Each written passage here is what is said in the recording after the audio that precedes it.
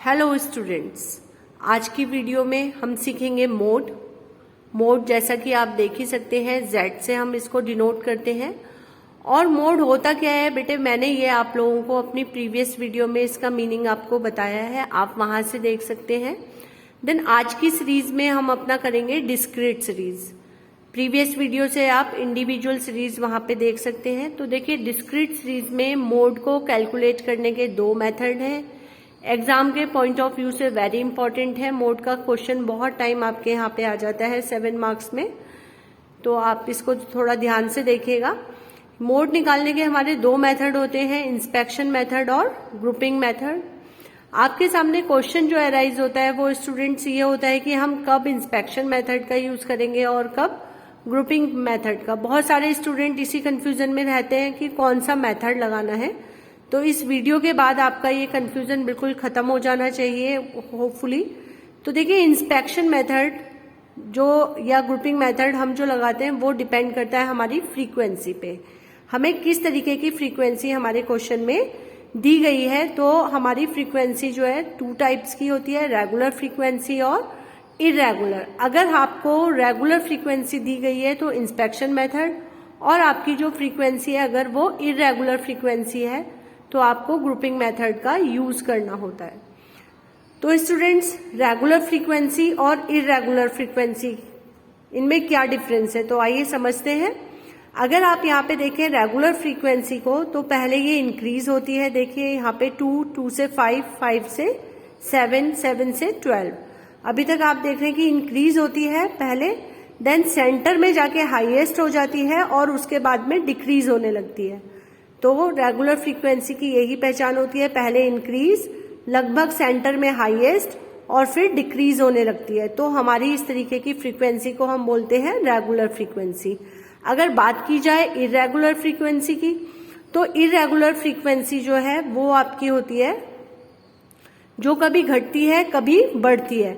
जैसा आप यहाँ पे देख सकते हैं, इरेगुलर में 2 से 5, 5 से 7 अभी इंक्रीज हो रही है, देन 4 डिक्रीज हो गई, 13 इंक्रीज हो गई, 2 डिक्रीज हो गई, देन 7 इंक्रीज, 5 डिक्रीज और 17 फिर से इंक्रीज हो रही है। तो यहाँ पे जो रेगुलर फ्रीक्वेंसी नहीं है, ये आपको इरेगुलर फ्रीक्वेंसी दी हुई है। स्टूडेंट्स, यहाँ पे मैं आपके साथ ये जरूर डिस्कस करना चाहूंगी कि आप अपने एग्जाम में अगर मोड का या किसी भी कोई भी क्वेश्चन आता है, वो चाहे मीन हो, मीडियन हो या मोड हो, है ना, आपको ये देखना है कि आपके क्वेश्चन में फ्रीक्वेंसी है या सीएफ है।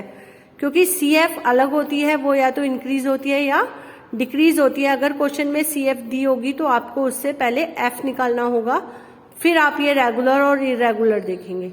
लेकिन अगर फ्रीक्वेंसी ही दी होती है तो फ्रीक्वेंसी 2 टाइप्स की होती है आपकी, रेगुलर और इरेगुलर।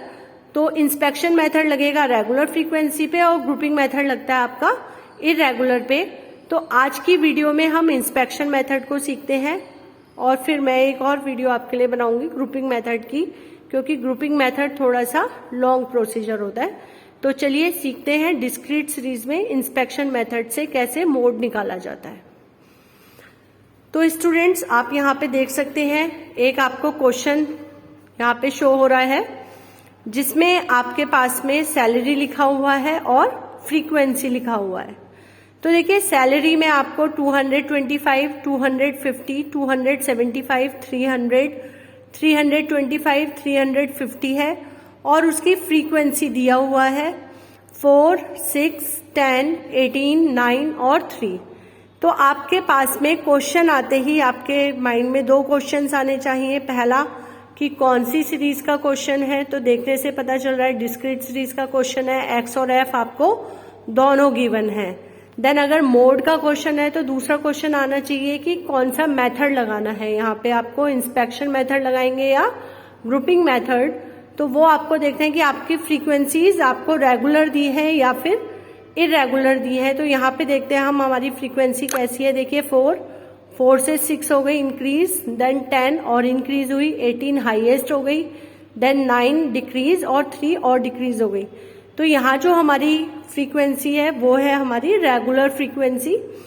तो आपका इंस्पेक्शन मेथड बहुत सिंपल होता है। यहाँ पे हमें सिर्फ एक आंसर में, लाइन में आंसर देना होता है। देखिए, आप ऐसे एग्जाम में लिख कर आ सकते हैं आंसर में।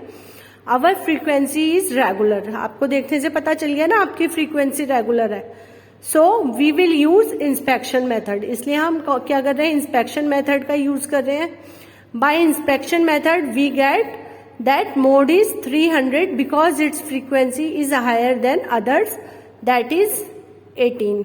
देखिए मोड तो वही होगा ना जिसकी फ्रीक्वेंसी सबसे ज्यादा है। इसके लिए आप वीडियो नंबर 1 देखिएगा मोड का, वहां पे मैंने आपको बताया है कि मोड आपका वही होता है जिसकी रिपीटेशन ज्यादा होती है, जिसकी फ्रीक्वेंसी सबसे ज्यादा होती है ना। तो यहाँ पे फ्रीक्वेंसी जो है 18 सबसे हाईएस्ट है, इसलिए हमारा जो मोड है वो क्या होगा, 300 होगा। और स्टूडेंट्स यहाँ पे समझने वाला पॉइंट ये है कि जो एक्स होता है आंसर हमेशा उसी में से निकल के आता है, फ्रीक्वेंसी में से आंसर नहीं होता है। बहुत सारे बच्चे क्या करेंगे, मोड लिख देंगे 18, मोड इज 18, लेकिन ये रॉन्ग हो जाएगा आपका। जो हमेशा आंसर होगा वो आपका एक्स में से होगा। तो यहाँ पे जो एक्स है हाईएस्ट फ्रीक्वेंसी 18 है, तो उसका एक्स कितना है यहाँ पे 300 है, इसलिए हमारा जो आंसर होगा वो कितना होगा, 300 होगा। तो ये आप अपनी लैंग्वेज याद कर लें। इंस्पेक्शन मेथड बहुत सिंपल सा छोटा सा है, बहुत बार एग्जाम में आ जाता है और बैठे बैठाए इजी वे में आपको मार्क्स मिल जाते हैं। तो आप सभी का बहुत बहुत धन्यवाद, और ऐसे ही आप मेरी वीडियोस को पसंद करते रहें और आप इसका लाभ उठाएं। धन्यवाद।